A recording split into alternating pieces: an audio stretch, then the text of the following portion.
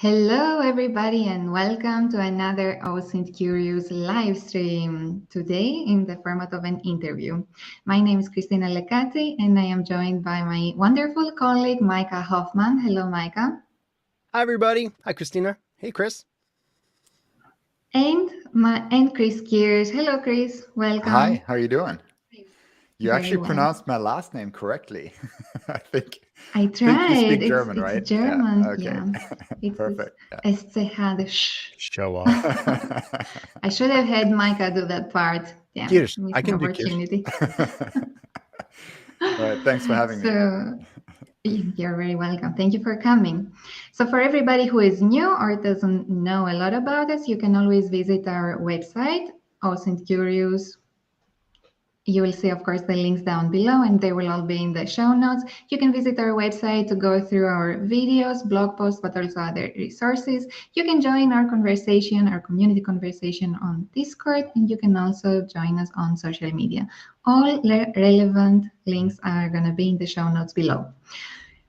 Enough with the intros. Let's dive right into Chris. Chris, I would love if you could give us a short introduction about you. We know who you are, but maybe our audience wants to know a bit more. All right. So yeah, my name's Chris, and I'm currently the co-founder and CEO of a company called runZero. So I co-founded that with HD Moore, who some of you might know as the creator of Metasploit. And what we do is we call it cyber asset management. It's essentially telling people what they have behind the firewall, also outside the firewall. And for any OSINT heads out there, one thing that might apply to your world is you can also use that to scan the external perimeter of a company, a country, anything like that, and gather some intel. The reason why I'm here, I think, is because I have a real interest in both OSINT and social engineering. I won the social engineering contest at DEF CON in 2017. And that includes a lot of OSINT work, right? And I returned to that contest this year as a judge, kind of judging both the live performance, but also the OSINT reports. And I created some research that I think we're going to talk about today. Yeah, absolutely. One thing before we get there, I know that some of our audience is absolutely aware of cybersecurity terms, IT terms, but things like external perimeter, like you were just mentioning, your tool scans that and all. Can you just tell us a little bit more about that? Like, what is an external perimeter of something? Sure. So when you think about, let's say, a corporate network, but even the same kind of principles apply to your personal home network, right? You have some assets. I mean, assets is like, devices. It could be computers, could be your router, it could be your Raspberry Pi in the corner, anything that's network connected.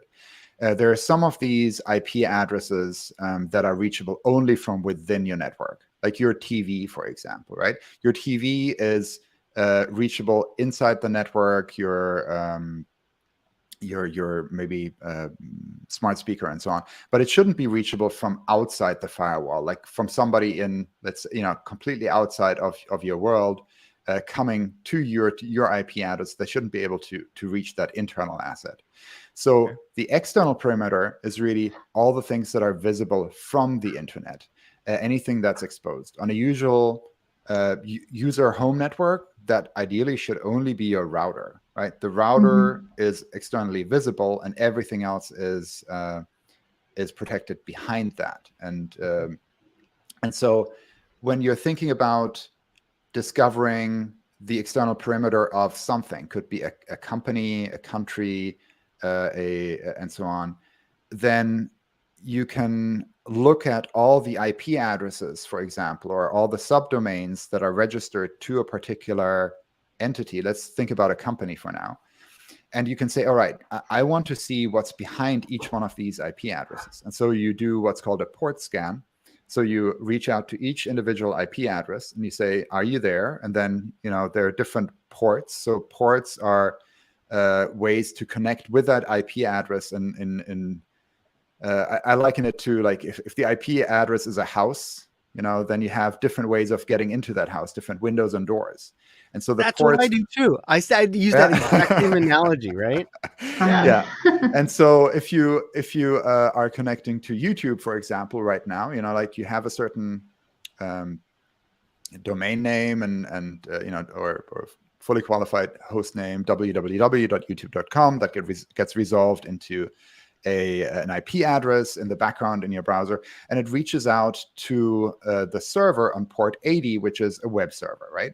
And so each one of these ports has a different job to do. So port 80 is web, for example. And if you talk to all of these ports separately and reach out to them separately, then you can start a communication and you can say, hi, Micah, how are you doing? And you might reply, hello. And I can infer from the hello, how you're saying it, that, you're speaking English, you are, male, you're from a certain cultural background, et cetera, et cetera. For Christina, I might hear that she's not an English native speaker. So there's different things you can get from the response that's more than just what's being said, and you interpret that. And so when you do a port scan, you can use all of these little things to identify what something is.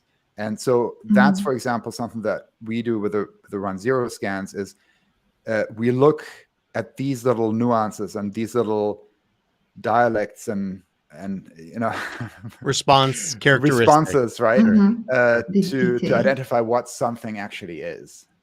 So one of the things that we talk about here on our live stream is active versus passive. Passive would be, instead of going to www.youtube.com and doing an active port scan, we might look at what other sites are talking about that YouTube site. So what we're really talking about with this tool is it's very active, right? It's very active. Are probing and looking at the responses of systems. Okay, very cool. So it's more recon than it is OSINT, I would say. Okay. Recon. Yeah, I could see that.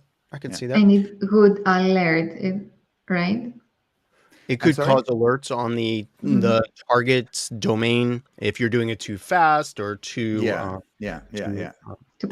Maybe? So somebody would know that you're scanning them just because there's traffic coming in.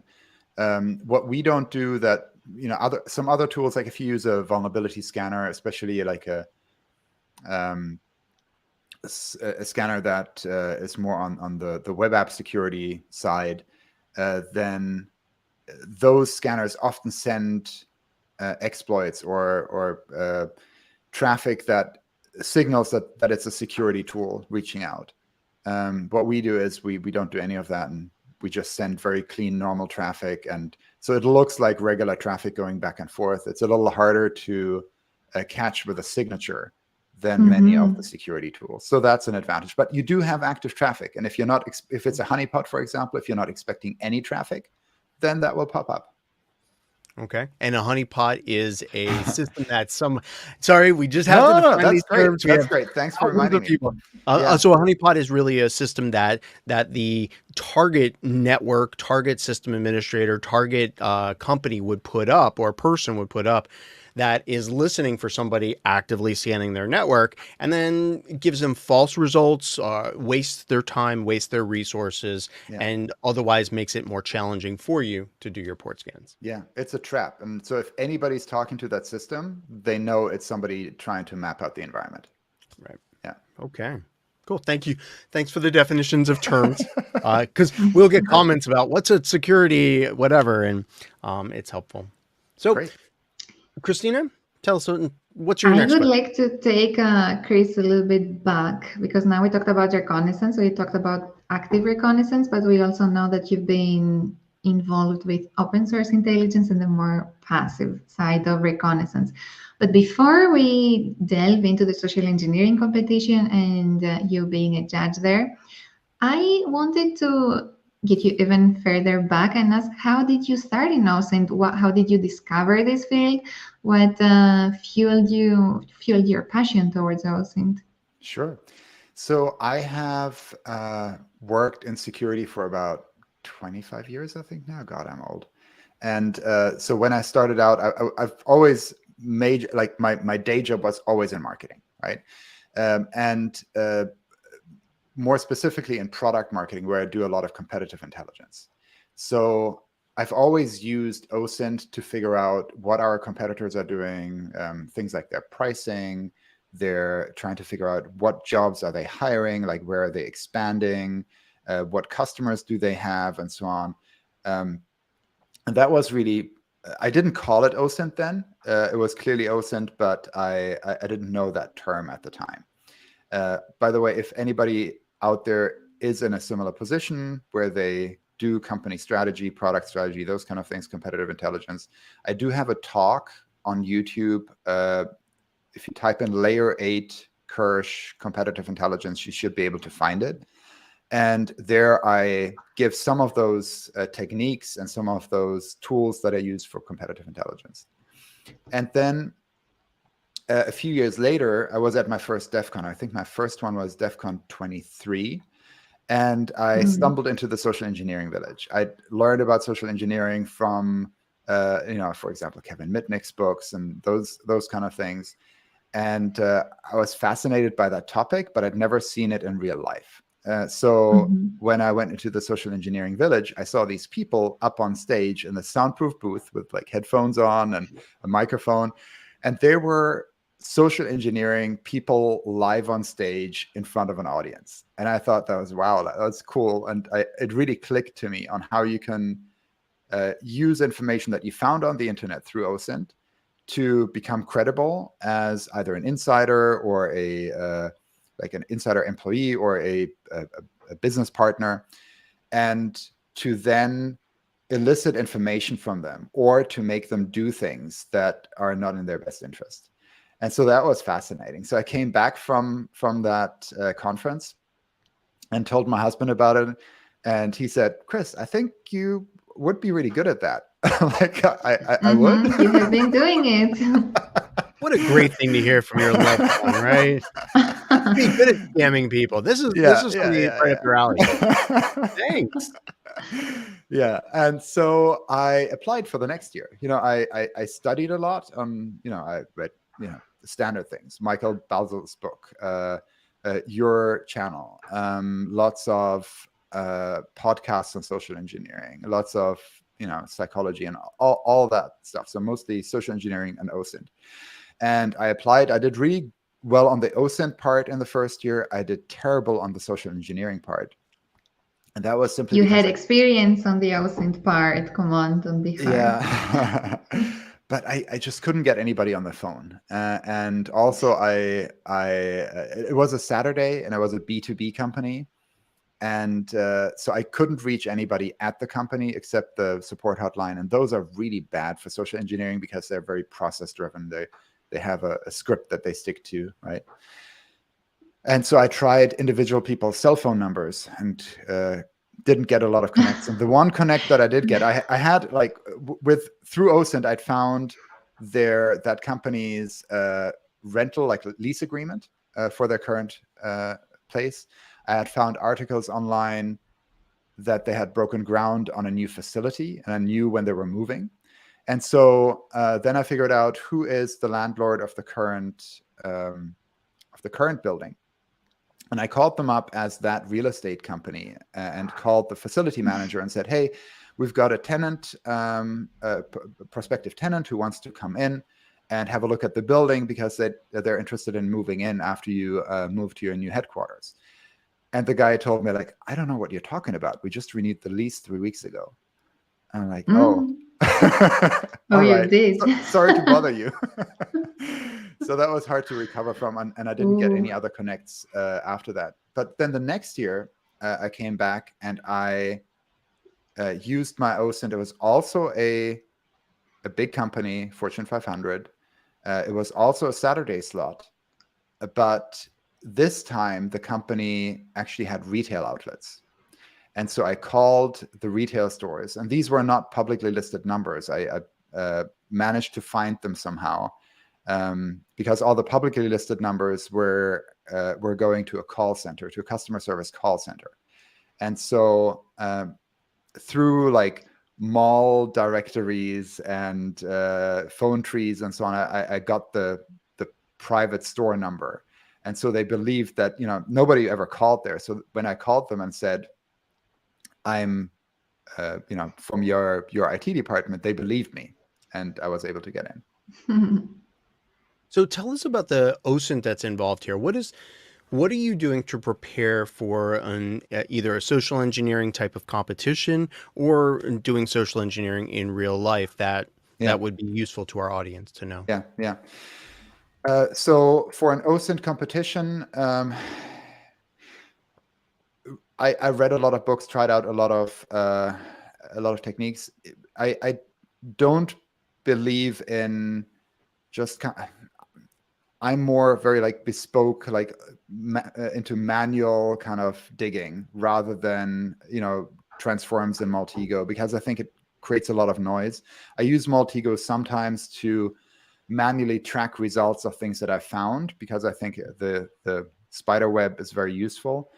But I really go more manual and think about like what's actually useful information that's going to help me with the next step.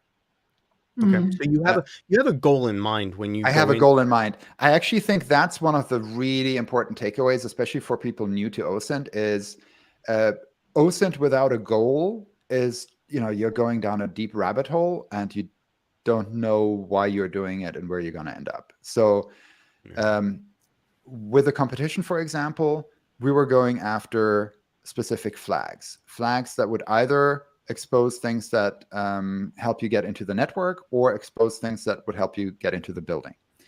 So a flag is just a fact or a bit of information or data, right? Yeah. For those of us that haven't been in competitions. Yeah. So so those objectives are things, I have the list in front of me here so I can give you a few. So for example, do they have an access control system in place, and what kind of access control system is that? Do you need to swipe a badge? Do you punch in a PIN code, or is there, is it key access, or is there a guard, or whatever is the access control? Do they have security guards? What is the vendor check-in process? If you're coming to that building as an outside vendor, what's the process? Do you need to be on the list? Do you just sign in and go through, or what? How does that work? What does the process look like to replace a badge? So all of these things you can find, well, sometimes in some instances you can find through OSINT. And then there are other things that help you get into the network. So these are things like, what operating system do they use? Browser, antivirus, VPN, Wi-Fi SSID, and so on.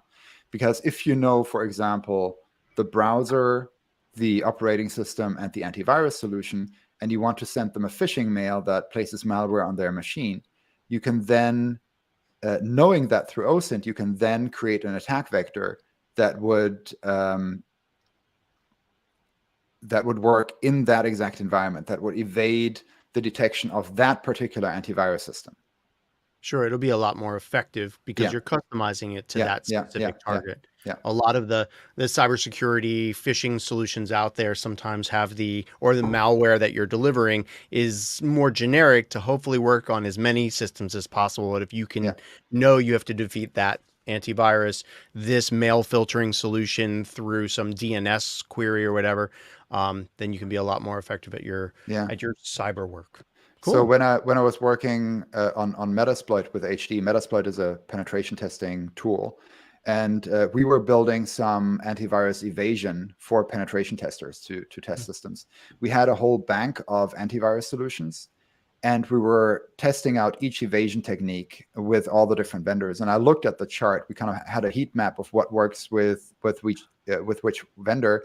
And I think there was like no technique that worked with all of them. There were some that worked with most. But if you know the exact vendor that somebody has, that gives you an advantage because you can then pick a method that gets through those defenses. Excellent.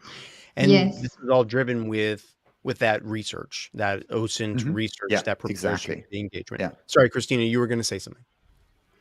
Yes, just a note maybe, because I see you have a question, Micah.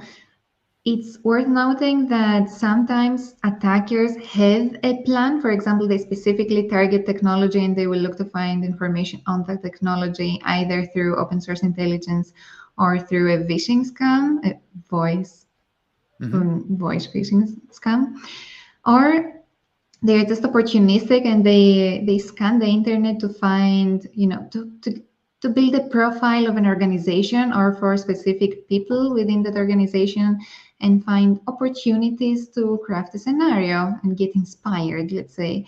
So it's not always extremely targeted. Sometimes it's just scouting to see what is available out there and how you can use this information. Yeah, absolutely. And it was a little bit of both for me when I did the competition. Sometimes I was looking for something very specific, and sometimes I was looking at places where I thought I might be able to find something about the company, but it wasn't something very specific. And if we look at the research that I did on this year's competition, the most used OSINT resource was YouTube. And that was really surprising for me, right? That got them the most objectives. And so I thought about that, and I remembered that when I was doing my research about the companies, there were certain things where I was trying to find a specific piece of information. YouTube isn't very searchable. You can search for the titles and maybe the descriptions. And I think now they started to do transcripts and so on. So theoretically, you can also search through all of the spoken word. But what I did at the time and what I saw a lot of the contestants do this year is to look at all the YouTube videos that a company puts out. And there's typically one of two things. Either it's a recruiting type video or it's a training type video. So for a recruiting type video, they often give you a tour of the office. So you get a virtual tour of the office. And then basically what a lot of people do is they go through frame by frame. They say, oh, that's an HID reader on the wall. So now I know what access control system they use. Here's a picture of their badge, so I can at least visually clone that badge, right? I see they have a Dell computer on the desk. Oh, so they must be using a Windows operating system. They use Dell as hardware.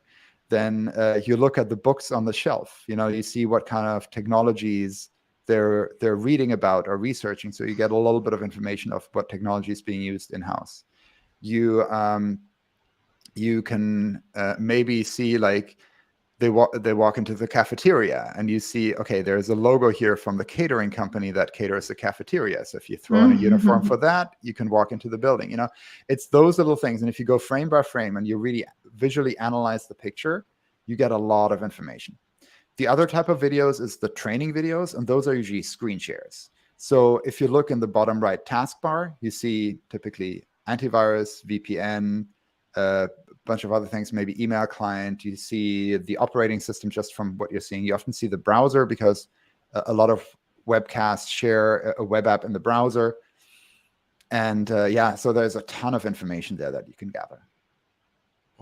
And all this information creates leads as well. Yeah, the training, the recruitment videos, all these give details from the background away, but also the CEO welcoming you to the company and other executives, the marketing videos, not the advertisements, but the ones that are recorded in the offices also help you map out the inside of a company, but also technologies that they use, etc.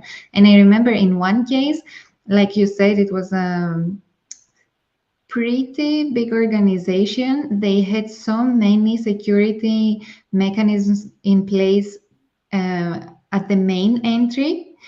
They had 2 security doors, the desk office, but then looking at these videos, you were able to find, and also at Google Maps, you were able to find out that there is a back door with almost nothing, with not even a camera.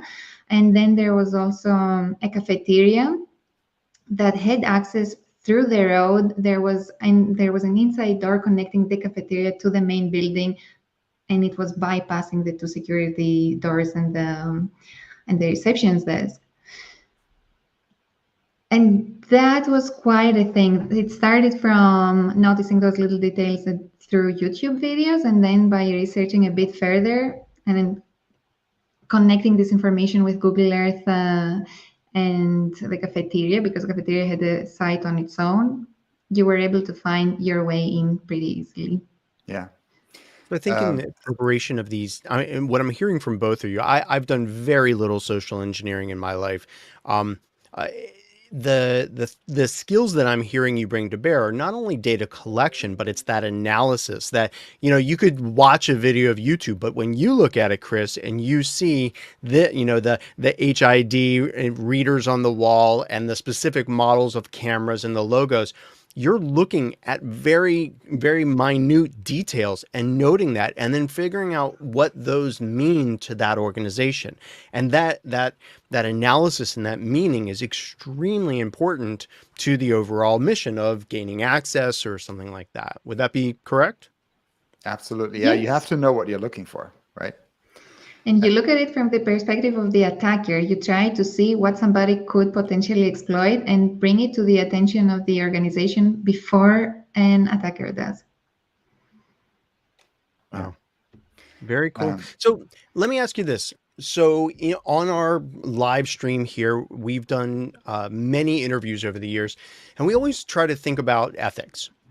Right. So in open source intelligence, how do we make sure that we don't incorporate innocent people, don't assign attribution to people that are not really part of our engagement or don't belong in there? With social engineering, I would imagine if you are employed by a company to test their help desk, test their security, test, can you get into a place or find out information about it, that company has provided you access. They've provided you that permission, that authorization. But for the competitions, I mean, you as a judge were there this year, and how do you stay on the ethical side of the social engineering when you're interacting with innocents that truly have no idea what you're doing? Yeah.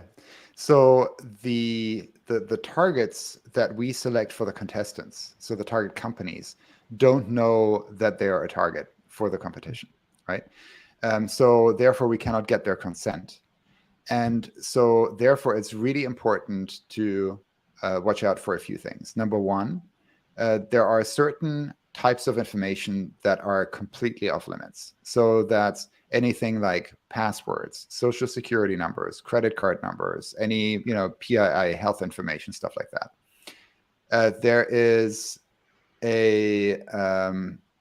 also, we don't want to shame the companies. We want to educate the industry about the dangers of social engineering, right? So you notice that I didn't name any of the companies in this conversation. They're not in my report, etc., right? Yeah. So I'm only highlighting the techniques. If you're in the room watching, then of course you know which company is being targeted, but that is like within the room, and the code of ethics says you shouldn't exploit that. And yeah, I think it depends on the goal that you have. Like, what is the intent? I mean, there's hard legal lines, and those are the credit cards and passwords and those kind of things. But there's also the ethical line of like, what is your intent with the competition? So we make sure that the company doesn't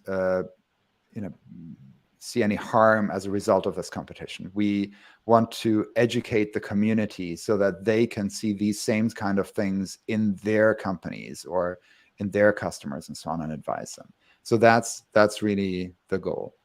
And then there's also the question of how do you test and train social engineering without crossing ethical boundaries, right?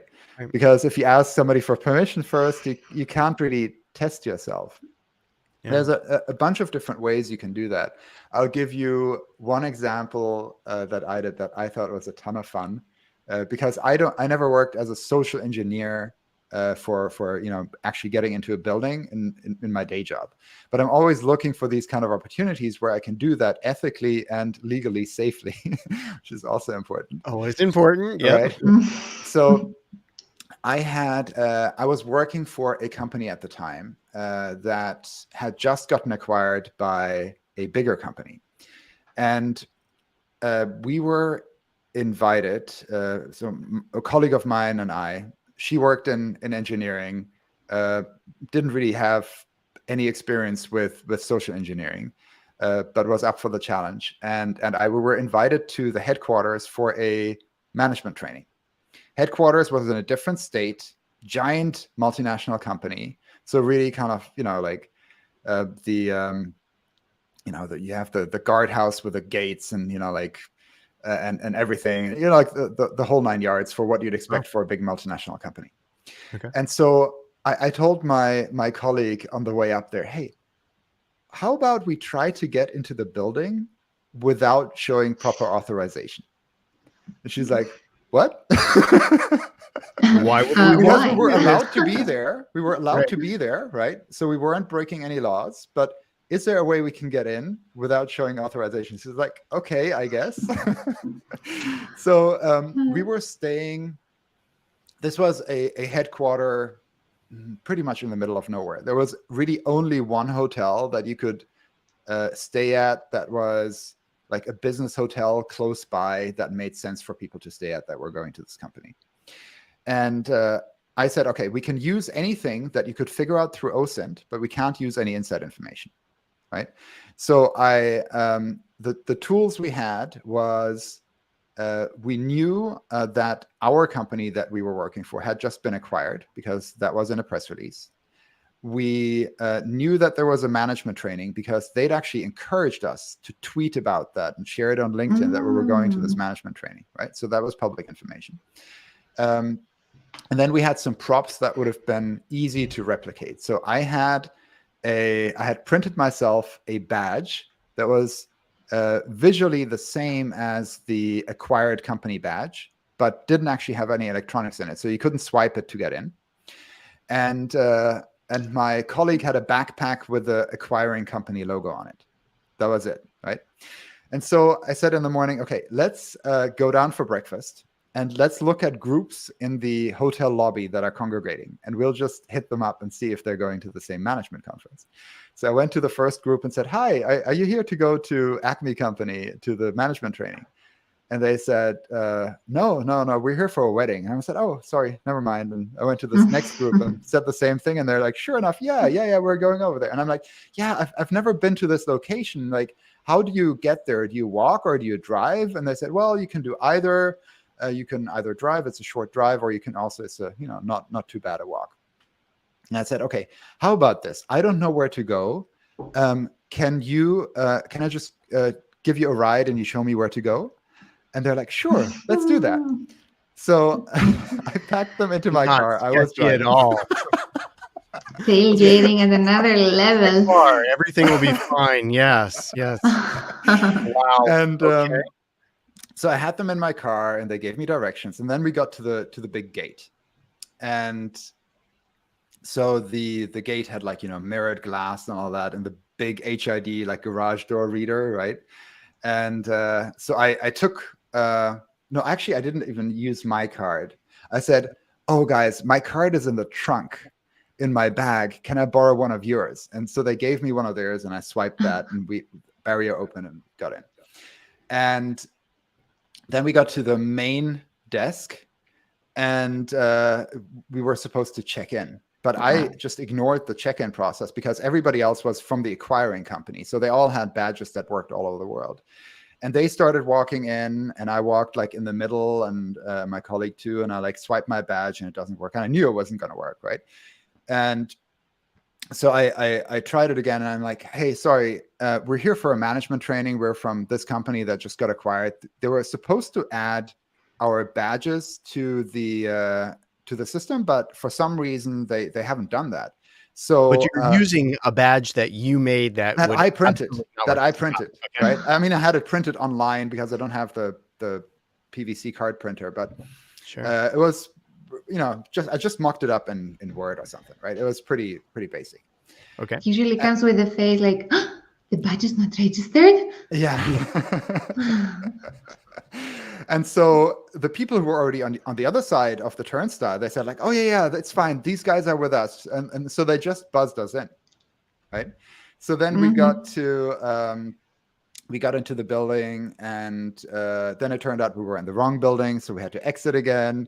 And then we got in with them in the second building, same method and so on. And so that was fun. And then this was a 3-day training. And so on the second day, I told my colleague, hey, let's try and get in just with the two of us. Oh, wow.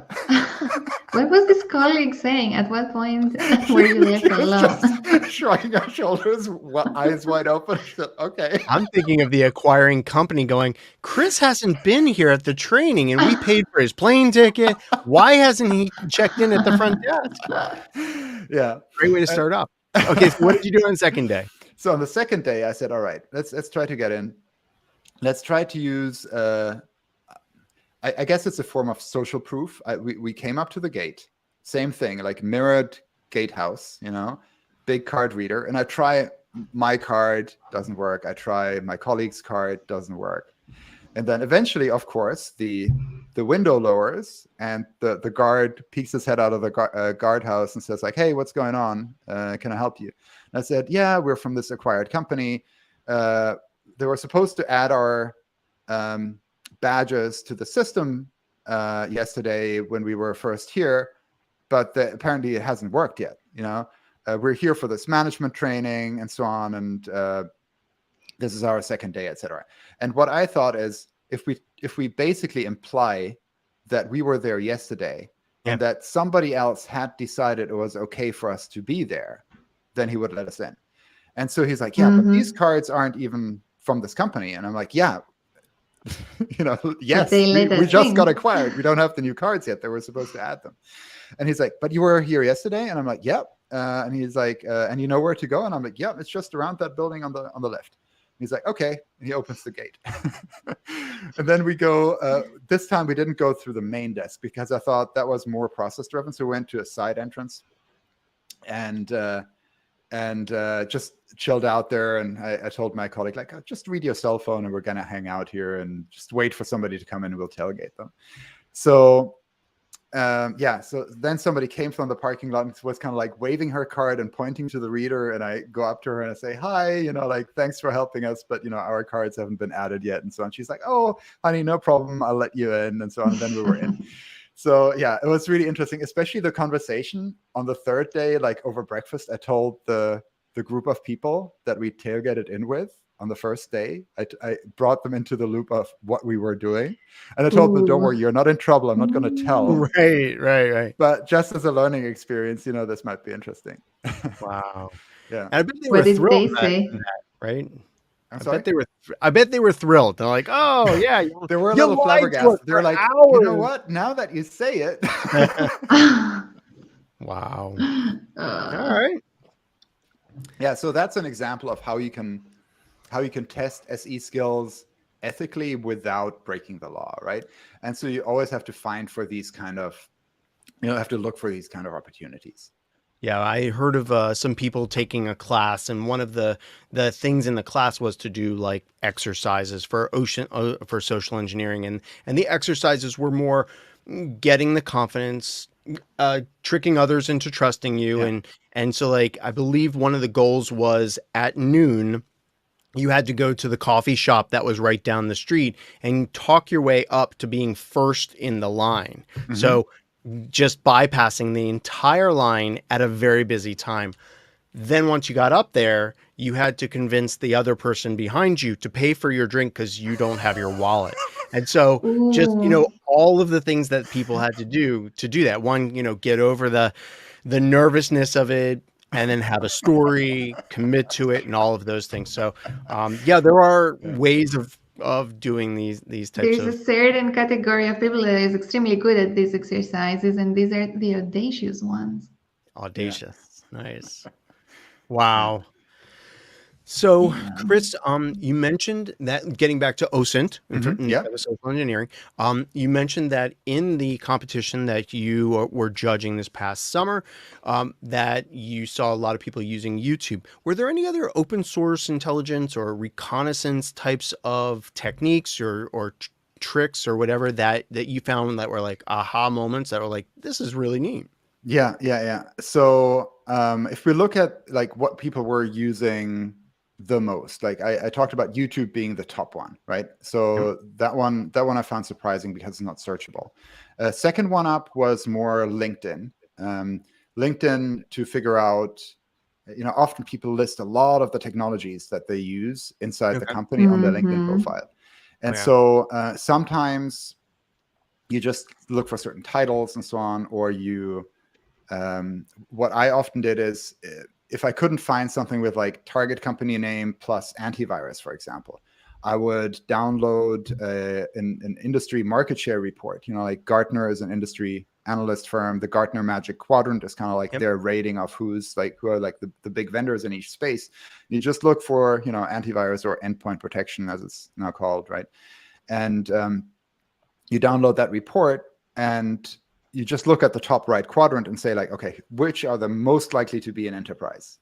And you just search for target company name plus, vendor 1, vendor 2, vendor 3, and so on. And you often find LinkedIn profiles that will list that. And if somebody lists one of these on the LinkedIn profile, they typically have a whole list of all the other good stuff. So once you find a chatty profile, that's really good. Can I add something to that? Yep.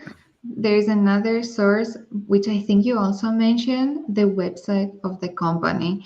The website of the company, A, and B, the job openings within that website, because sometimes within the job openings, they also disclose the technologies. We are looking for someone with experience and knowledge on technology A, B, C, D.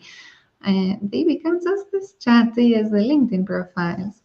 Yeah, absolutely. And by the way, one of the companies I wish I had founded is a company called HG Insights. I'm not sure if you know them, because they're more of a marketing website. So basically what they did is their entire business model is based on OSINT, but they don't package it up for the security industry. They package it up for the marketing industry. Yeah. And so they look at LinkedIn profiles. They look at resumes, job postings, and so on, to figure out what kind of technologies do companies have behind the firewall. You can scan from the outside, and you can figure out like what web server is somebody using, or like any scriptlets that they have on their website and stuff. But it's very hard to figure out the technology behind the firewall. And they built a giant business based on that. So essentially you get a searchable database, and you can say, I'm interested in all the companies that use CrowdStrike, or all the companies that use Splunk or something like that. And they will give you the list. Or you can say, what does this company use? If I have a call coming up with them, and I can look up and I can cater my talk track to their technology. It's really neat. And I wish I'd come up with the idea.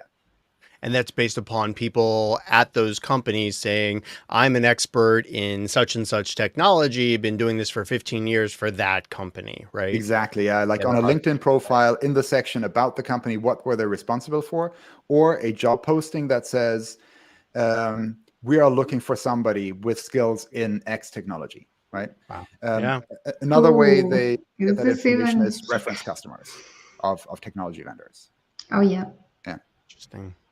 Yeah. And that's another finding I come across pretty often, is companies trying to hide from all over the place that they use an external IT provider, who that IT provider is, etc. And then you just do a generic Google search with the name of the company and references or customers on the site in the same search query, and immediately what pops up, the external IT provider that has them listed as a reference. There's so many different ways, right? Yep. Well, and it's kind of like what we've talked about many, many times on here before, that if a person or company has a very restricted amount of online presence, you branch out to those business partners, you branch out to the vendors, the spouse, the friends, the children.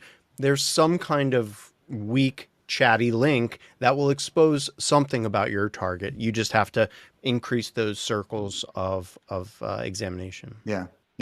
Or if you want to figure out the mail server, and you are not allowed to do any active reconnaissance, active probing, there's websites, I think Hooksy, or no, actually, I think it was actually Security Trails. Security Trails gives you all of the MX records. So MX records is like, where is the mail server hosted?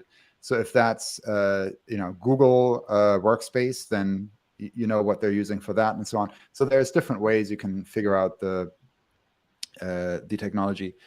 One of the smartest ways that I thought one of the teams used, and this is it's on the cusp of OSINT and recon, because you do have to make an active connection to the company, But Okay. quite honestly, you also need to make an active connection to the company if you browse their website, right? So is that OSINT or is it active recon, right? So they used an open source tool that probably a lot of the listeners know, which is Recon NG. But there is a special module that they use that I wasn't aware of. It's called Cache Snoop. And basically what that does is it looks in the DNS cache. So when anybody inside the company looks up a website externally, that goes through the DNS server. And the second time, the DNS server doesn't fetch that information from another server, but just has it cached, right? To serve the user faster. You can actually figure out what is in the cache. So they were looking at all the antivirus update servers and seeing if those were cached in the DNS server. And so they found a whole number of antivirus solutions that were actively being used in the company. Now, this could have been just one host, or it could have been all of them.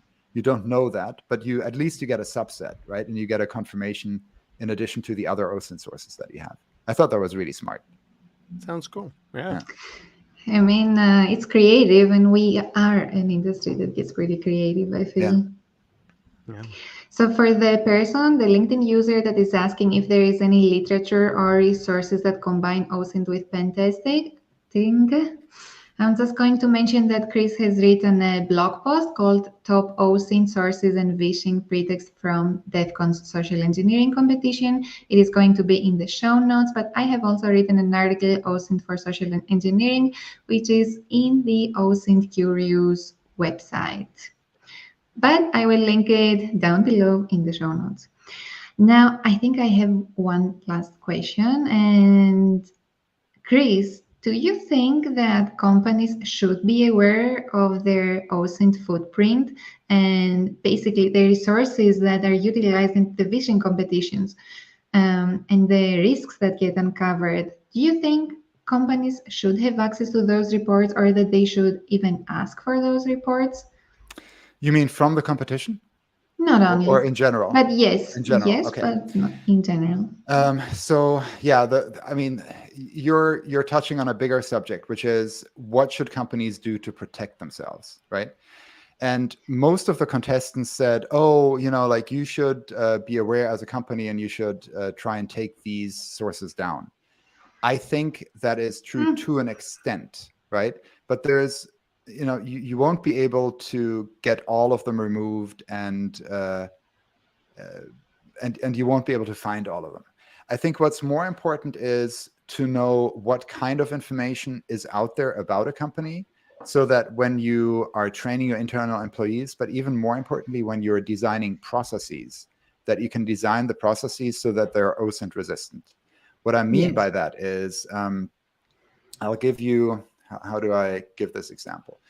So let's say you are a company that sells hardware and you have a support hotline. And maybe it's like a firewall company or something like that. I'm just giving a fictitious example. And you have people calling into the help desk and telling you, asking you questions to support them. So how do you authenticate those people calling in? Do they just give you a name and the company that they're calling in from? That's stuff that you can find on LinkedIn, right? It's like if somebody says, I'm responsible for Cisco or Palo Alto or whatever the firewall brand is on LinkedIn, then I can take that information, I can impersonate that person, I can call the help desk and maybe elicit some information about the account, like other hardware that they have, specific versions, whatever, or I can try and use that vector to get into the firewall company. The brand of firewall might be discoverable through fingerprinting, through active probing, and so on, right? So there is, you can get a lot of information about somebody, and you can try and so what I'm saying is, to authenticate the person that's calling in, you have to eliminate all of the things that are publicly discoverable. So one example is, if there is a support portal that they can log into, and you have like a little magic number that changes every minute and that is different for every customer, ask them to read that out and read it back to you. Or if you don't have a portal like that, the support person can send an email to a known person on the account, a known recorded email address, and say, I'm going to send you a magic password. Read that back to me over the phone, and that authenticates them, right? So these kind of ways to authenticate people that are what I would call OSINT resistant, and I think that's a better path than trying to completely eliminate everything that's out there. I really like the way you answer this. It's also what I am thinking we should gear towards. Basically, for me as well, it's about minimizing what you can, eliminating what you can. But like you said, you cannot eliminate everything. And then from that point on, you manage the risk, either by informing the security strategy that you have, or by using this material to better train employees, either on specific vishing attack scenarios, for example, attack scenarios that you see can happen based on the information and experience, the information you find online and the experience you have, and so on and so forth. So I still think that they should run an OSINT report on themselves to see what's out there, and then you need to know what's there. Yeah, absolutely. Yeah. Chris, thank you so much. This has been a wonderful conversation. I really enjoyed it a lot. I learned a lot too.